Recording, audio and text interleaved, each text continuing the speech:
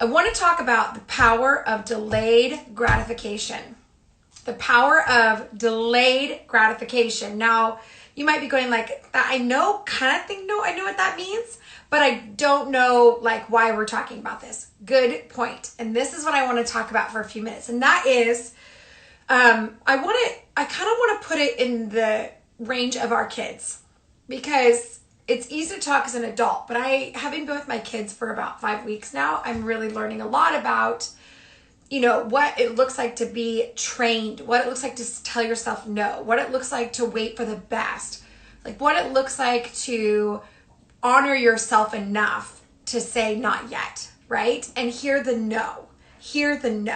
And how many of us know an adult, maybe even ourselves, that we have we have not delayed gratification, and we have reaped the pain of that choice. Yeah, me too.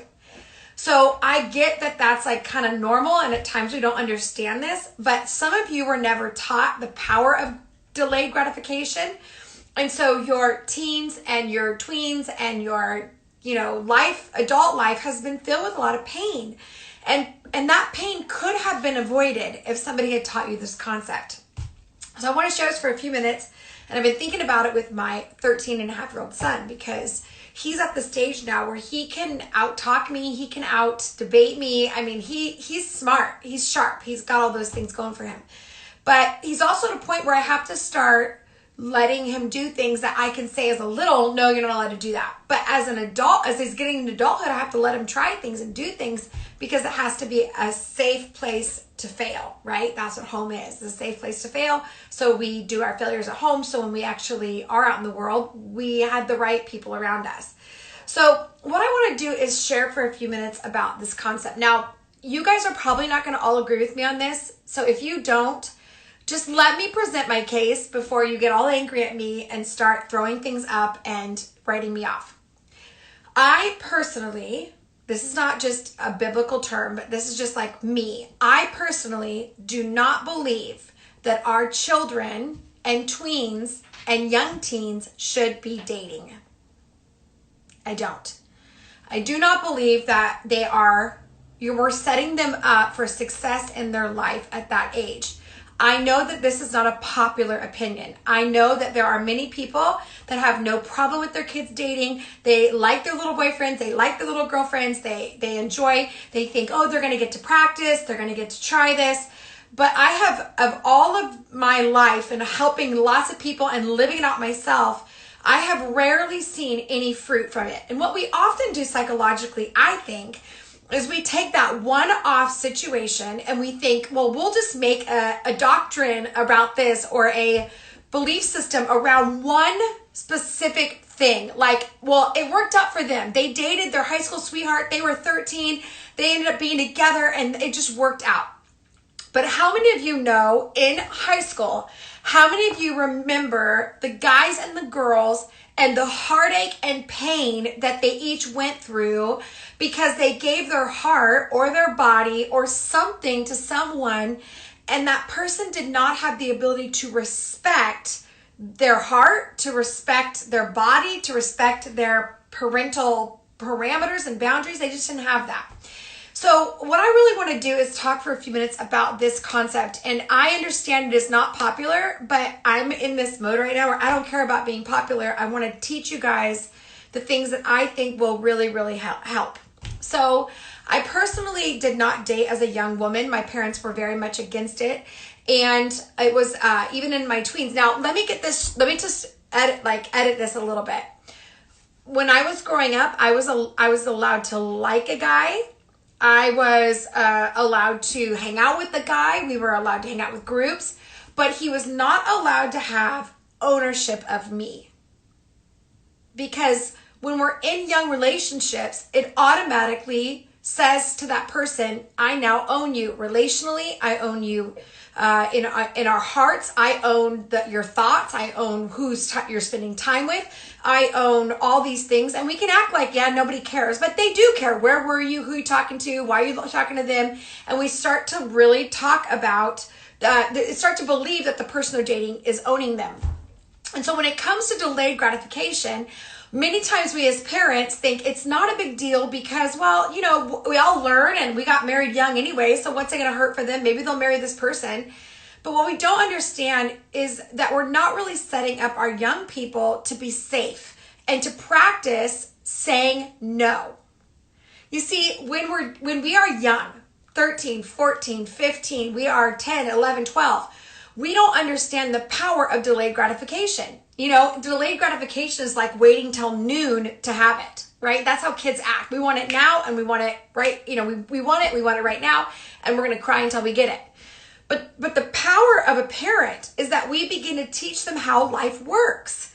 So life doesn't work that way. We can't just say, I want it now, I'm going to get it, and that's how it's going to be, and give it to me now. Those people in our world are dangerous. Those people that we work with they're not trustworthy. We don't know if they're going to stay true to their marriage. We don't know if they're going to stay true to their morality. We don't know. It's almost like you kind of feel like their need overrides any morality. I have a need, I'm going to get it met, and it doesn't matter who I have to step over, I'm going to get this met. Now, I want to say, I do not believe that all tweens and teens have that heart. I don't think that we go in it thinking, I'm going to get what I need, and I'm going to use this person, and I'm going to throw away their heart, and, I'll end up winning. In fact, I think a lot of parents think things like, well, they'll get to practice, I'll be with them, they'll be safe. And I don't agree. I don't agree with that concept. I think what you're doing is you're taking away childhood from your child. Your kid needs to be able to be a child. They need to know that they don't have to give their heart away at an early age. They don't have to say, I love you at an early age. They don't have to give somebody their body at an early age. They actually can say no. Now, for many of you, because you understand this as parents, we often, as a young woman, letting my parents say, no, you're not allowed to do that, was often my best excuse for doing the thing I didn't want to do, which are not actually protecting me from the thing I didn't want to do. So a guy would be like, I want to date you. I remember this one time, this guy, I was in like him, Josh Kolb and I were like so close in 7th and 8th grade, like so close. And him and I were best friends, and he liked me, and I knew he liked me, and I liked him. And I remember him, he kept saying, I have something for you Valentine's Day. I've got this gift for you on Valentine's Day. So I'm like waiting. And I finally get to school, and he brings me this big chocolate cell phone. And then he says, and also, I want to know if you'll be my girlfriend. And I remember I can't have a boyfriend. I'm not allowed to have a boyfriend as a girl. So I remember telling him, I'm not allowed to date you. Like, I'm not allowed to, I like you, but I can't date you.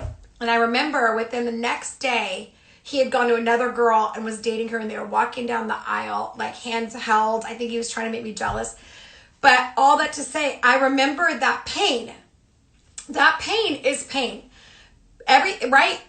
Telling yourself no is painful. Not getting what you want is painful. It's like kind of normal. It's uncomfortable. We don't like it. We want the now. We want it. But you know what I learned was that this truth of delayed gratification has served me so well in life. I may not have had that boyfriend, girlfriend at a young age. I may not have had the falling in love in high school, but I'll tell you what, I know how to control Havilah.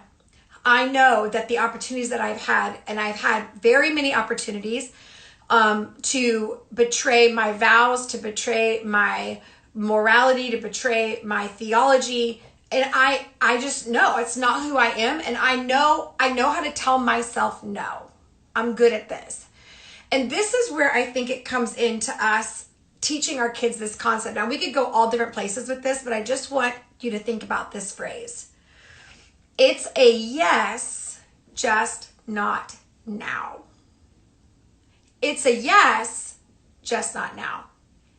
That is what's really important to teach our kids. Sex, absolutely, it's a yes, but just not now. Giving your heart away, absolutely, you're going to fall in love, you're going to love it, but just not now.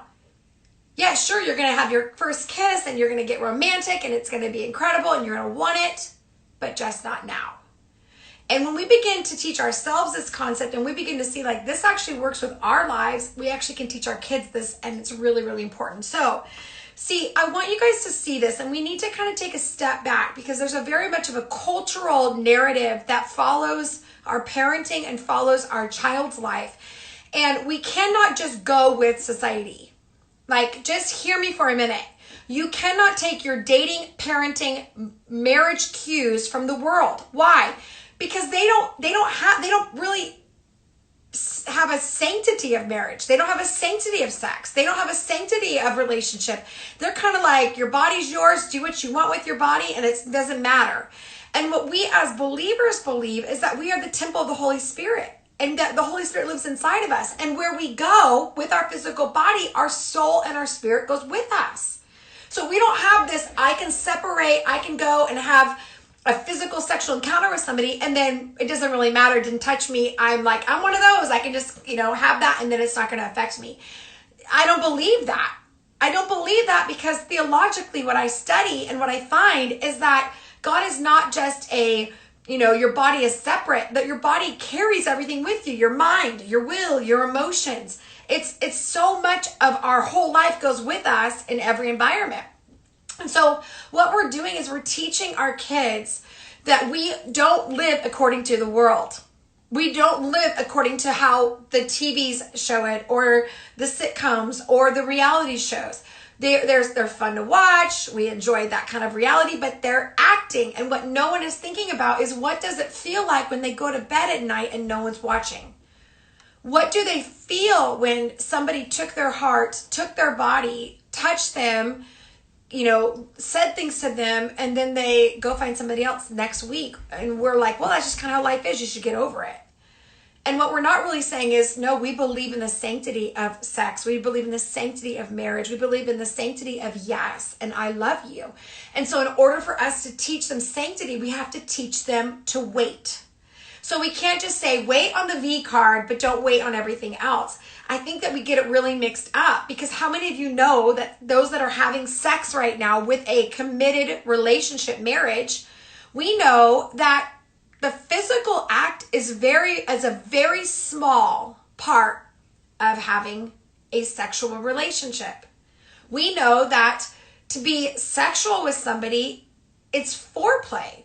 And foreplay doesn't just happen in 1 minute and then the deed happens.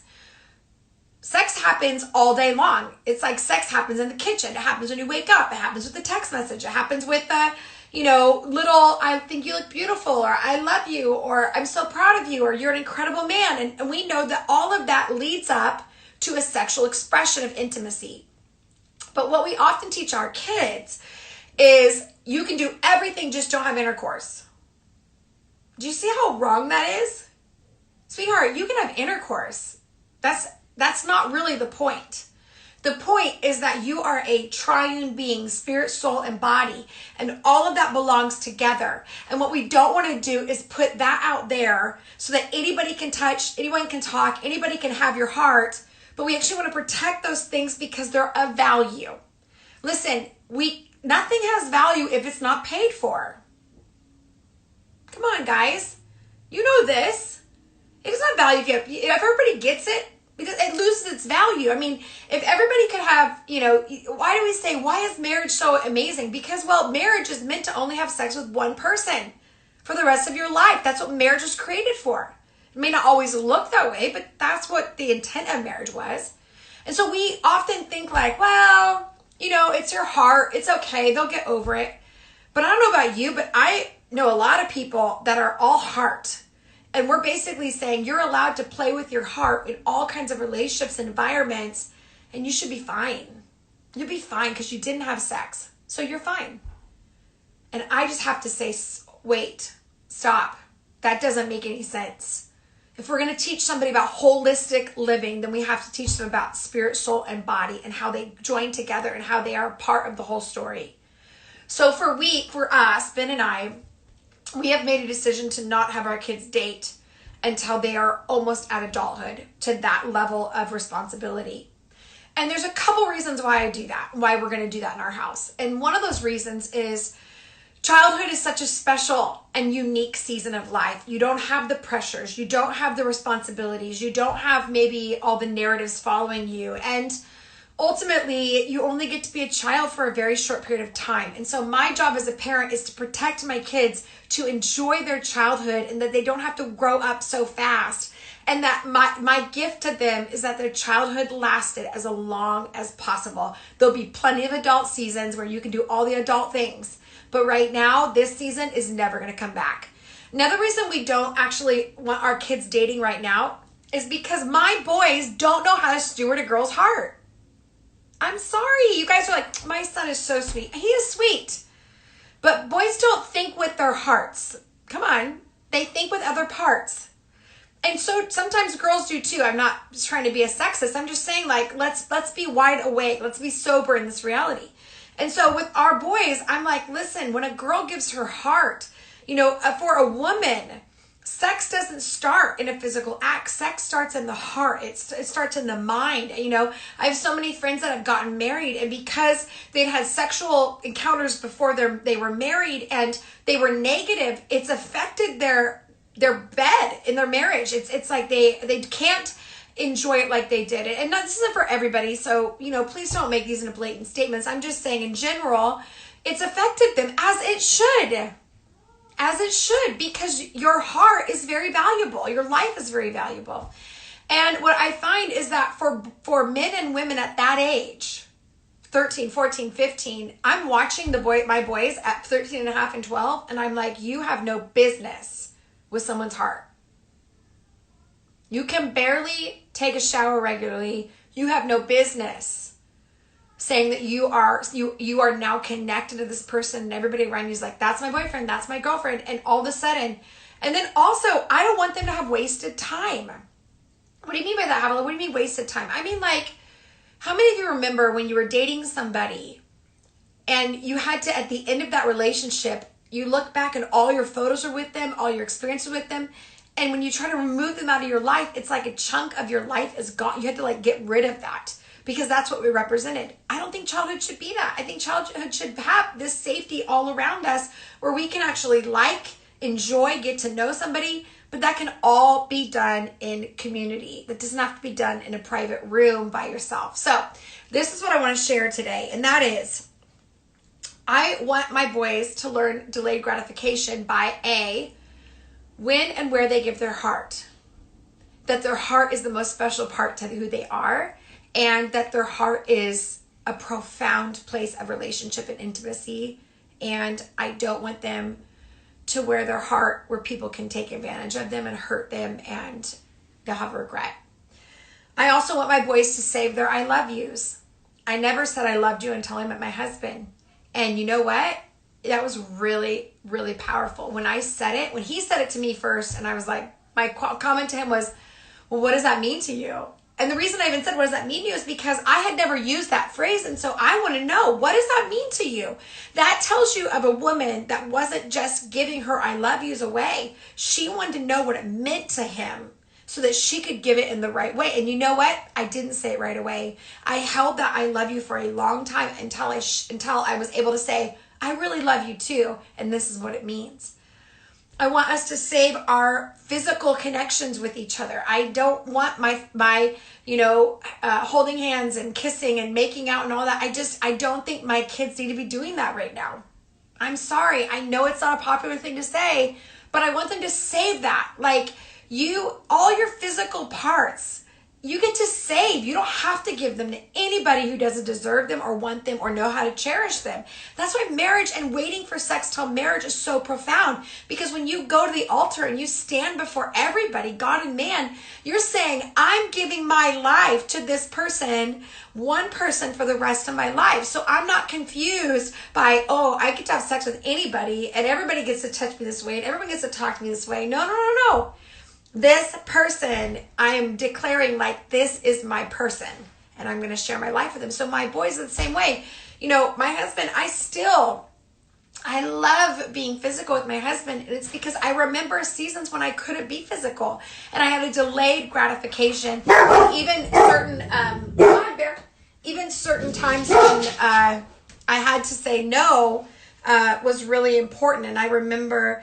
Anyway, so all that to say, it's really important. So here's what I think is really, really good is How do we teach our kids delayed gratification? First of all, we teach them by, I'm going to give you 3 points. First is community. We teach them delayed gratification by actually giving them that narrative around them. So for me personally, if I was with a bunch of friends that were doing it and getting out there and, dating and all this, and then I was the only one, after a while that wears on you. That doesn't help. And so what I think is really important is to actually learn to create community with people that have the same values and the same, not necessarily the exact same mind thought, but at least respect it. At least respect it. They may not be living it out, but they respect it and they don't pressure you to change it. So community is really, really important. And for some of those, I think there's a difference between someone being hesitant and someone being hostile. And I feel like I experienced both those in my life. One was, wow, I've never thought of it like that. Wow, that's really different. That's cool though. Yeah, I see that.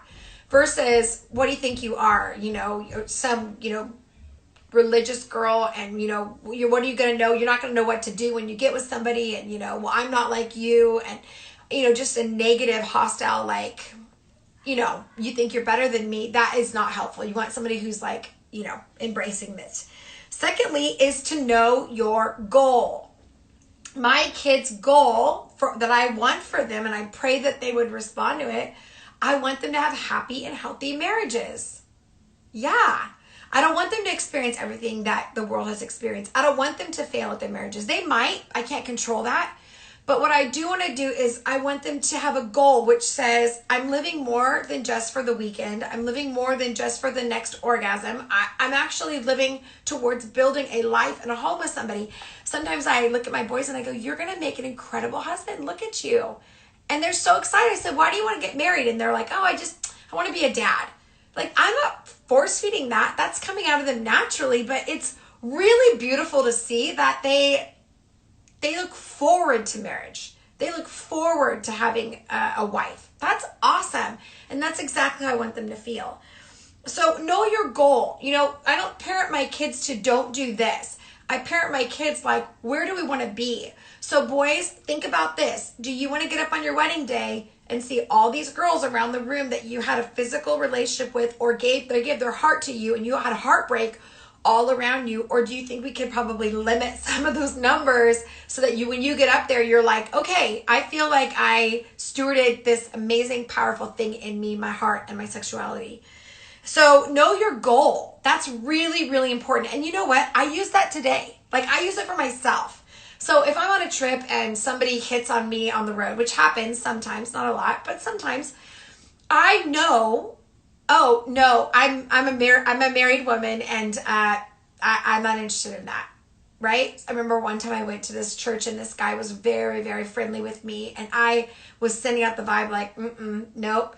And he was driving me with somebody else or something, and I got in the car, the other person didn't go, and he drove me to my hotel room. I probably jumped out of that car and ran because I could tell he was like available, and I'm like, I'm not available.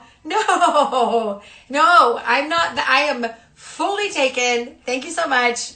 Go somewhere else.